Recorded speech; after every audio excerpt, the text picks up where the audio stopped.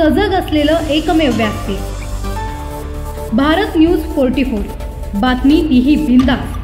राज्य परिवहन महामंडळ आणि विविध महापालिकांच्या बस गाड्या अपुऱ्या पडत असल्यामुळे ओला उबर सारख्या खासगी प्रवासी वाहतूक सेवांना मोठ्या प्रमाणात मागणी वाढली आहे। मात्र दर कपात, वाढती इंधन किंमत व कमिशनमध्ये तफावत यामुळे ओला उबर चालकांमध्ये असंतोष निर्माण झाला आहे। याच पार्श्वभूमीवर काही चालकांनी अनपेक्षितरित्या संप पुकारला आहे। या संपात अद्याप सहभागी न झालेल्या चालकांवरही दबाव आणण्यासाठी चालक संघटनांनी एक अनोखा मार्ग अवलंबला आहे। ज्या ओला उबर चालकांनी संपात भाग घेतलेला नाही त्यांचं कल्याण दुर्गाडीजवळ गांधीगिरीतून स्वागत करण्यात येत आहे।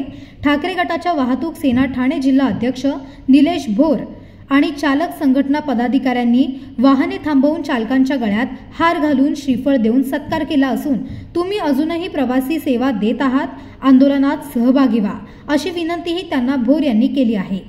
या दरम्यान ठाकरे गटाच्या वाहतूक सेना ठाणे जिल्हा अध्यक्ष निलेश भोर आणि चालक संघटना पदाधिकाऱ्यांनी वाहने थांबवून प्रवाशांना खाली उतरवलं असून इतर वाहनांची व्यवस्था करण्यास सांगितलं आहे। परिणामी प्रवाशांना मध्येच गंतव्याकडे जाणं थांबवून दुसरं वाहन शोधावं लागत आहे।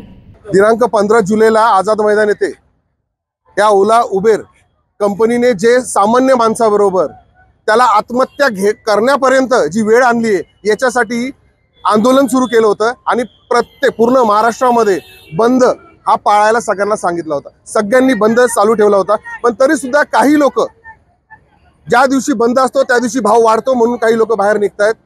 मला सर्वांना एवढंच सांगायचं आहे की हा बंद हा तुमच्यासाठी आहे। या गोष्टीचा तुम्ही आधी नक्की नीट विचार करून घ्या, हा कोणासाठी करतोय। आज मीरा रोड येथे नालासोपारा येथे एका माणसाने आत्महत्या केली, मालाडमध्ये सुद्धा एका माणसाने आता आत्महत्या केली है।